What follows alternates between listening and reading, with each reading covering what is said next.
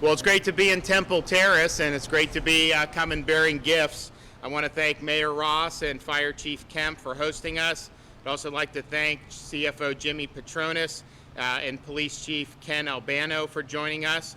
We also have a number of elected officials. We have Senator Kelly Stargel, Senator Darrell Roussan, and Representatives Jackie Toledo and Mike Beltran. So I want to thank them for all their hard work and what they've just done during this legislative session. One of the things that, I asked the legislature to do a lot, because that's just, you got to make the most of your time. But one of the things that we asked to do was, given all that our first responders have had to do over the last year, we wanted to be able to do something to recognize the sacrifice and the service to communities throughout Florida. So a few months ago, I called for bonuses of $1,000 for all sworn law enforcement, fire, and EMT personnel in the state of Florida. And I'm happy to report that in the budget that was passed last week, the legislature has responded, and we've been able to secure in the budget those $1,000 bonuses.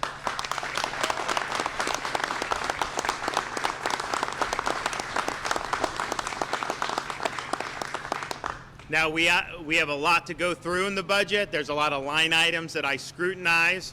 Many of you remember we had the budget done last year, really prior to the full force of COVID being felt on the economy. It was, I think, the second week of March, and if you look at the last 2 weeks of last March, you saw huge differences, and really the world changed in many respects.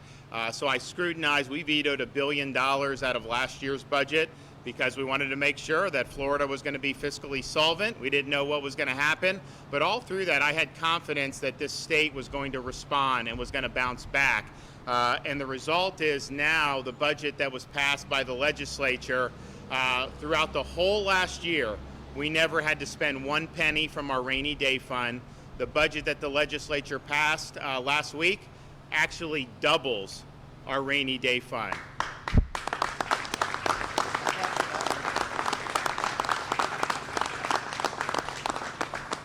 And the revenue is coming in so strongly because the economy is doing well, that even when they revised the estimates, so the most recent revisions were done, I think, the second week of April, just a few weeks ago.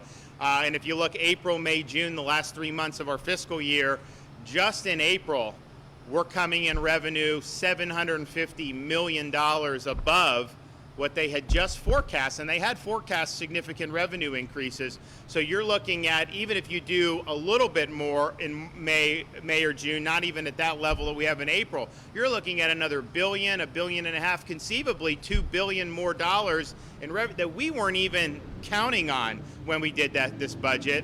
And so it's very possible that after we do the revenue, see what comes in, after we do some line item vetoes, we could have about $10 billion in budget reserves. That'll be more than Florida's ever had in our history. So we weathered this way better than anyone would have anticipated. Most people were saying that Florida was going to have the biggest economic hit of anyone because we're a service and tourism-based economy. We made sure the state was open. We made sure people had a right to work.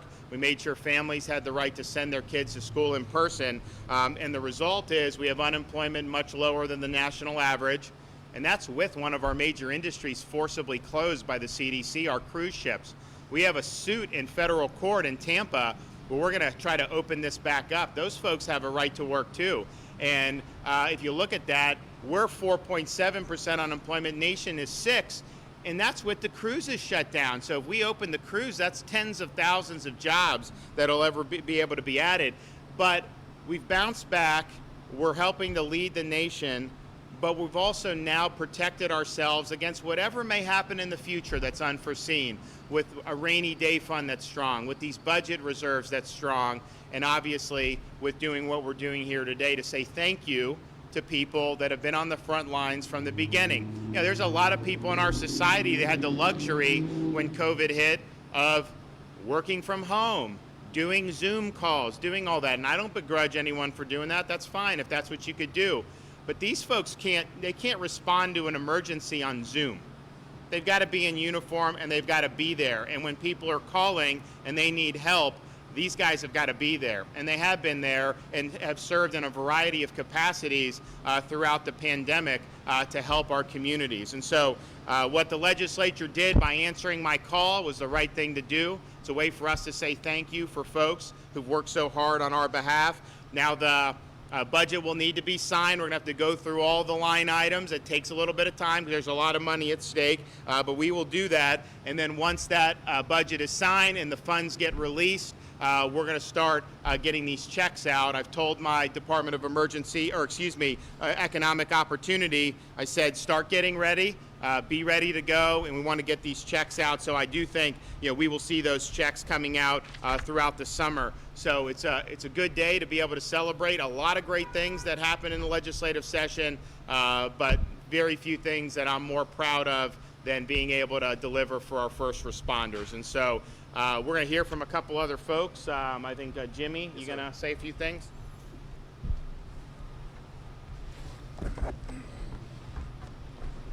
Thank you, Governor. Thank you for having me here today. Florida's fortunate to have a governor who prioritizes and fights for our first responders, as he's done with the $1,000 bonus that will come in their pockets this coming year. Governor, I was just talking to some of the men and women here, and they were just reminiscing and talking about the signing of the cancer bill that you did for them and the number of people that has benefited in this particular profession. That would not happen if it wasn't for your signature.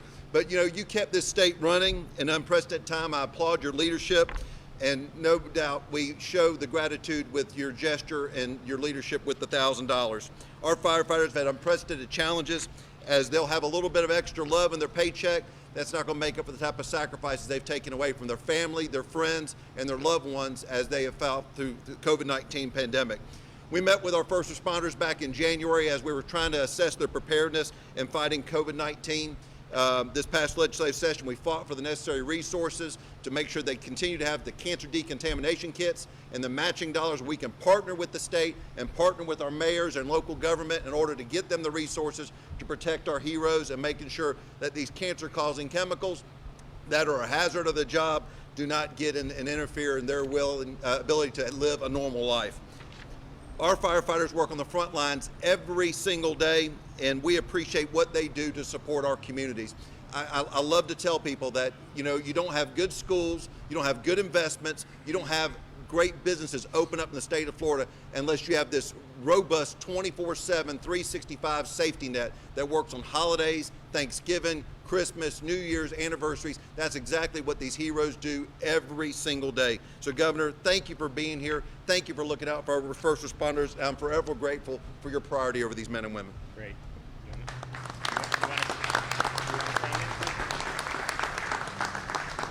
Well, welcome everybody to Temple Terrace, and Governor, we're very happy to have you here. I can tell you from first experience, getting thrust into the role of mayor at the beginning of the pandemic, that it was very reassuring to have your leadership in Tallahassee. As you know, and everybody here I think knows, first responders are a vital part of the backbone of our community. If you don't have public safety, you don't have anything. You don't have a good budget, you don't have security, if you don't have public safety, you have nothing. And so thank you and to the legislature for approving this. Thank you for coming to Temple Terrace, and we're very supportive of you here and thrilled to have you. Great, thank you. I just want to first thank the governor and the CFO and the senators and state representatives for showing up today and their support for first responders. I've been in this business for 30 years and have followed politics and have been on both sides of the union and Florida Fire Chiefs Association, and I have never in the last 3 to 5 years seen the support of firefighters and public safety and police officers from an administration more than I see now today, with the PTSD bill that is affecting firefighters and police officers daily, to the cancer bill that has personally affected people that I know, to this check that $1,000. And you're right, it's not gonna change their day or their month, but it's certainly it makes them know that they're appreciated and loved by their governor, CFO, and their senators and their state legislators. And I can't thank you both enough. And you're amongst friends here in Temple Terrace. All right, thank you.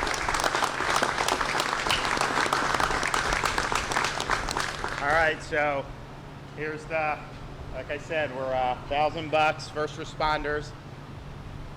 Coming soon, once everything's, the I's get dotted and the T's get crossed and the money gets released. It will happen though, so good job. All right.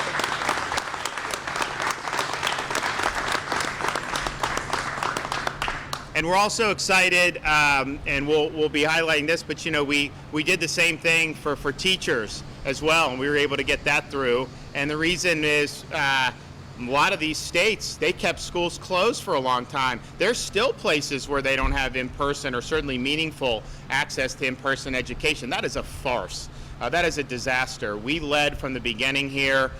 We had the superintendents, we had most of the teachers wanted to go back, and we gave parents the ability to send their kids to school in person. And of all the things that were done, I think locking kids out of school for a year and a half is probably going to end up being viewed as the most destructive policy that any place in this country did. Unfortunately, we had a lot of enclaves in this country who did that and put the kids last and put families last. We didn't do that in Florida, but we would not have been able to do it without our principals and without our teachers. So I want to thank the legislature for delivering on that as well, because I think that's going to be very meaningful, and really a whole host of things. I mean, we were just signing yesterday in Miami and also in Vero Beach, early learning, just a really strong reform for early learning, which nobody was even talking about during, because it's like there's so many things going on. So there's some really significant things that are really going to impact people's lives that weren't getting a lot of fanfare. But nevertheless, I think they're going to make a difference. And so we're really excited about that. The final thing I'll just say is, you know, my two oldest kids, Madison and Mason, love fire trucks. And so they've been able to visit a handful of fire stations over the years, and they love to be able to sit up there, honk the whole, whatever, the sirens, they like all that. But it just occurred to me, you know, Mamie is 13 months. She's never been to a fire station yet. And so at some point, maybe in Temple Terrace, we'll come down and get that done. But I'm pretty sure she loves her older siblings, and if they like it, I know she'll like it. So we'll get that done at some point in the future. But thank you guys. Thank you for your service. You know, the bonuses are well deserved. And with that, I'm happy to take a couple questions. Yes, ma'am.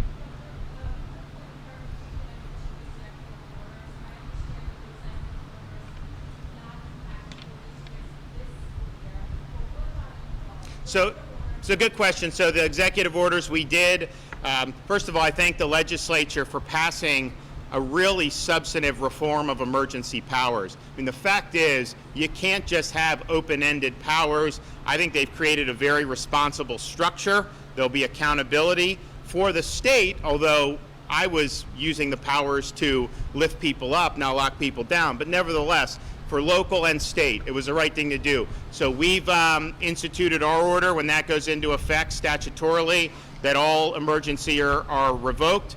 In the meantime, we've suspended all emergency. It applies to any organ of government that's doing an emergency order. If it's not emergency, if it's like normal policy, then obviously my emergency powers are really focusing on the emergency at hand. In terms of what we're doing in next school year, I know people have asked. The Department of Education has put out very clear data and guidance about what the school year should look like, and basically it should be a normal school year. That's what the data tells us. We know that because in Florida, many school districts, many charter schools, many private schools had normal school years. So that's what we want to see. Obviously, we're seeing more and more of that now anyways, but certainly when we come back, that's what we want to see. But that's something that's just apart from emergency power. That's more of traditional policy.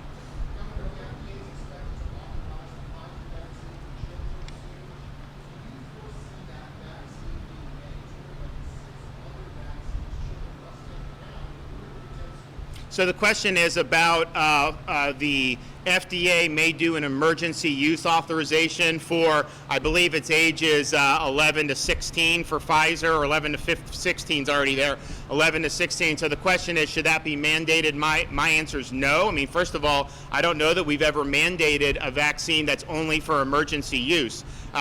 This has not gotten full FDA approval. I think the data's great. I mean, I had a vaccine. We're advocating people do it. But to have the government come in and say you must do something that literally is just emergency use. And I also question whether emergency use even makes sense when you're talking about young people. It makes sense when you're talking about senior citizens because they bore the brunt of the negative impacts from COVID. If you look at our young kids under 16, the impacts from respiratory this past winter was one of the lowest we've seen in recent times. In other words, fewer minors were getting admitted to hospitals for respiratory infections than would in a normal flu season. So to me, the need for emergency is not what it would be for an elderly, a nursing home resident, or other folks.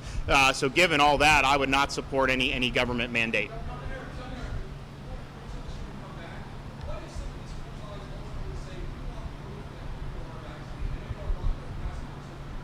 So here's a good question. So about cruise lines, we've banned vaccine passports. Some cruise lines, although many have not, but some cruise lines have said, we want to be able to have vaccinated passengers, we want to be able to show how you do. What I will tell you is there are major cruise lines that are operating in other parts of the world right now in areas where they don't even have vaccines available, much less the ability to do a passport, and have much more COVID than you have in the United States, and yet they're still doing it. They're doing it safely. It's worked, and so I think that they know they can do it. I think that that's what they'll ultimately do. But we oppose what the CDC has recently put out.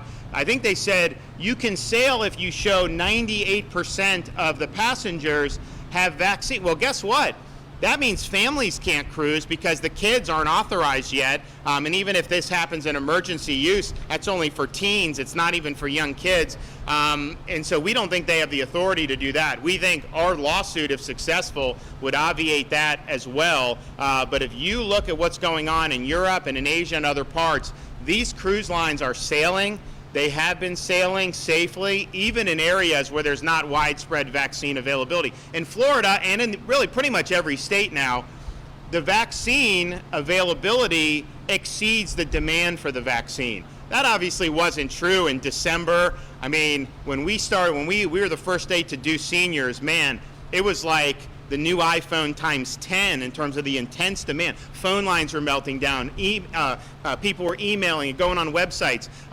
As we worked through and did hundreds of thousands and millions of seniors, the demand became more manageable. Now as the supplies increase, you're really down to folks who are either indifferent about doing it or are skeptical about doing it. But most of those people are in more of the low-risk category. If you look, we've done over 80% of seniors for vaccine shots, which we're very proud of. But then even as you get into the 60 and 55, you have pretty good numbers there. As you get into the under 40, 30, then it starts the uptick is lower. So that's just the reality that we're seeing.